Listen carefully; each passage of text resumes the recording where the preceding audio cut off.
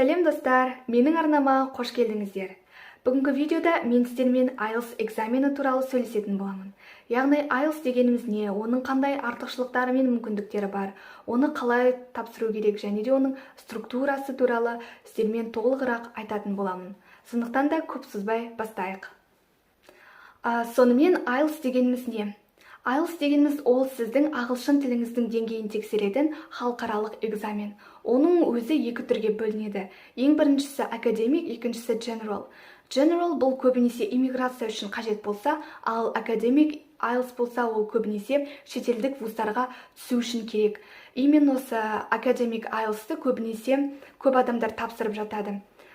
Негізінен осы IELTS-тың қандай артықшылығы бар? Негізі оның сізге беретін пайдасы өте көп деп айтсам да болады. Ең біріншісі бұл әрине шетелдік вуздарға түсуге мүмкіндігіңіздің болуы. Яғни көптеген шетелдік вуздар осы IELTS сертификатын сұратады және де кемінде 6-6,5 балдан кем болмауын сұрайды. Жалпы 6-6,5 дегеніміз ол өте керемет деңгей деп айта аламын. Яғни B2 деңгейі upper intermediate levelді құрайды. Бірақ егер сіз бұдан да көп алсаңыз, демек сіздің шансыңыз сол универге түсуге деген жоғарылайтындығын білдіріледі. Яғни мысалға 7-ден бастап бұл уже S1 деңгейі, яғни advanced деңгейі болып табылады. Бірақ шетелдік вуздардан бөлек сіз осы қазақстандық вуздарға да IELTS-пен түсе аласыз. Мысалға кейбір университеттер Қазақстандағы IELTS-ті сұратып жатады. Оның ең біріншісі бұл Назарбаев университеті. Ол жерге бакалавриатқа түсу үшін кем дегенде IELTS сертификаты 6,5 болуы қажет. Одан бөлек Казгю, КБТУ деген университеттер де IELTS сертификатын сұратады. Ол жердегі енді IELTS-тың талап ететін балы, ол сіздің таңдап отқан бағдарламаларыңызға байланысты болады. Бірақ бұдан бөлек, яғни университеттен бөлек 11-ші сынып оқушыларына да, егер сіздің таңдау пәніңіз мысалы дүниежүзі тарихы ағылшын тілі немесе география ағылшын тілі болса, сондағы ағылшын тілін сізде егер IELTS сертификаты кемінде 6 балл болатын болса, онда ағылшын тілін тапсырмай қоюыңызға болады. Яғни сізге автоматты түрде максималды балл 45 болатын болса, 45-тің 45-і қойылады. Бұл да бір ұбт тапсырып жатқан адамдарға өте бір көмегін тигізетін нәрсе деп ойлаймын. Сонымен үшінші артықшылығы бұл әрине сізге жұмысқа қажет болады. Егер мысалға сіз ағылшын тілін білсеңіз, онымен қоса IELTS сертификаты болса, бұл сіздің жұмысқа алыну деңгейіңізді арттырар еді. Яғни кейбір жұмыс орындары осы ағылшын тілін талап етіп жатқандықтан, тіпті қазіргі таңдағы заман талабы ағылшын тілін білу болғандықтан, бұл сіздің жұмысыңызға көптеген пайдасын тигізеді деген ойдамын. Енді IELTS структурасына келетін болсақ, бұл 4 секциядан тұрады. Ең біріншісі listening, тыңдалым, reading, оқылым, writing, жазылым, speaking, айтылым болып табылады. Сонымен бұл жердегі сіздің алуыңыз мүмкін максималды балл, бұл 9 балл. Жалпы осы экзаменге кететін уақыт 2 сағат 45 минутты құрайды. Бұл жердегі 5-5-тен 6-5-ке дейінгі балл аралығы upper intermediate деңгейі болып табылады, яғни B2 деңгейі, ал одан жоғары алсаңыз, яғни 7 баллдан жоғары алсаңыз, бұл advanced деңгейі болып табылады. Сонымен әрбір секциясына жеке-жеке тоқталатын болсам, ең біріншісі бұл listening секциясы, яғни тыңдалым. Бұл жерде сіздерге 40 сұрақ қойылады. Осы listening секциясының өзі 4 бөлімнен тұрады, яғни сіздерге тыңдалтқызуға 4 жазба беріледі, яғни аудио жазба берілетін болады. Соның бірінші, екінші аудио жазбасы бұл күнделікті өмірде кездесетін сөздер болса, диалог түрінде болатын болса, ал 3 пен 4-ші аудио жазбасында сіздерге көбінесе лекция түрінде, монолог түрінде келетін болады. Яғни ол жерде сәйкесінше бірінші мен екінші бөлігіне қарағанда кішкене күрделірек академиялық сөздері бар сөздер де кездеседі. Айта өте кетейін, listening секциясы бұл 30 минутты құрайды. Және де көп адамдардың айтуы бойынша бұл ең оңай, осы IELTS-тің ішіндегі жаңағы қалғандарына қарағанда ең оңай секция болып табылады екен.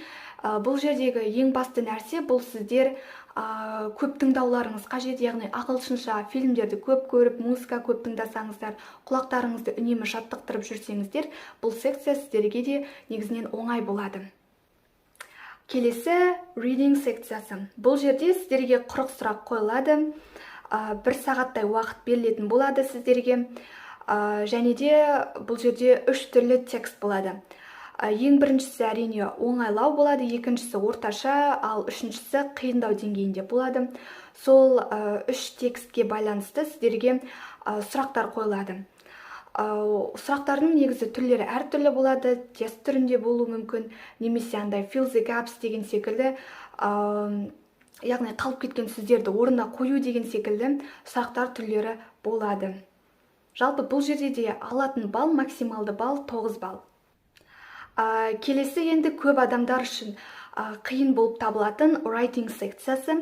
Бұл жерде берілетін уақыт сіздерге 1 сағат қана, сіз 1 сағаттың ішінде 2 эссені жазып шығуыңыз қажет.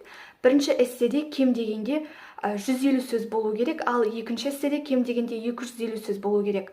Бірінші эсседе сізге дайын мысалға диаграмма беру мүмкін, сурет беру мүмкін.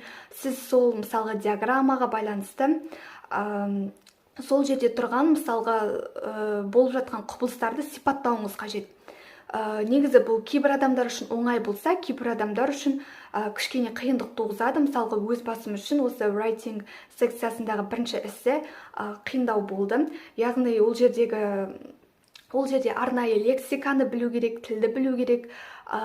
Яғни құбылысты мысалға line graph болатын болса, сол жердегі сызықтың түсуін, жоғарылауын жазуыңыз керек деген секілді нәрселер болады. Сонымен оның екінші бөлігінде эссенің 250 сөз болу керек кем дегенде. Ол жерде сіздерге бір қысқаша бір сұрақ секілді, бір мәтін секілді беріледі. Бұл мәтінде емес, енді қысқаша бір сұрақ.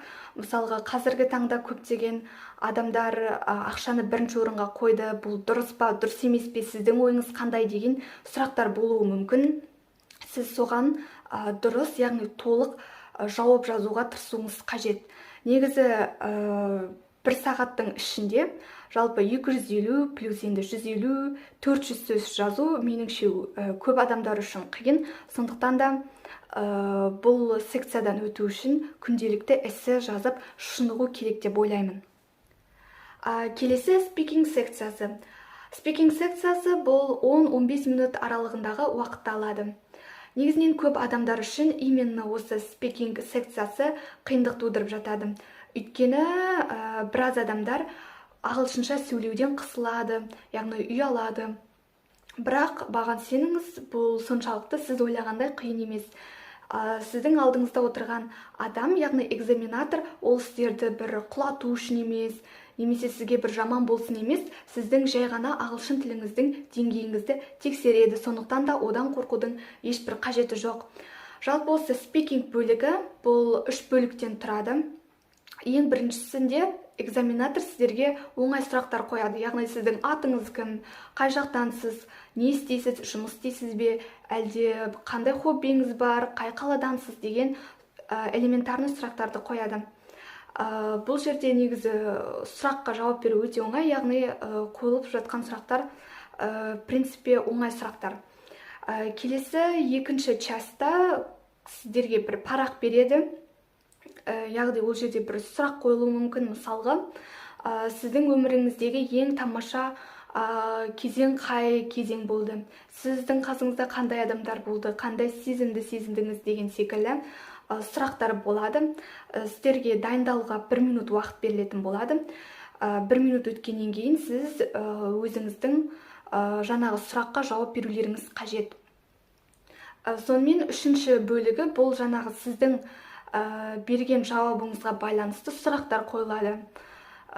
Бұл жерде енді сұрақтар кішкене күрделірек сұрақтар болғандықтан сіздер де енді барынша күрделі жауап беруге тырысуыңыз қажет. Өйткені яғни бұл жердегі спикингтің бағалануы көбінесе сіздің вокабулярыңызға байланысты, күрделі структураларды қолдануыңызға, сөзді дұрыс айтуыңызға байланысты болады. Міне мен сіздерге осы IELTS-тың 4 секциясында толықтай айтып бердім. Енді бұны қалай тапсыру керек екенін айтатын болсам, сіздерде екі таңдау бар. Яғни біріншісі бұл paper based, яғни қағаз түрінде тапсыруыңызға болады IELTS-ты, немесе computer based, яғни компьютер арқылы тапсырасыздар.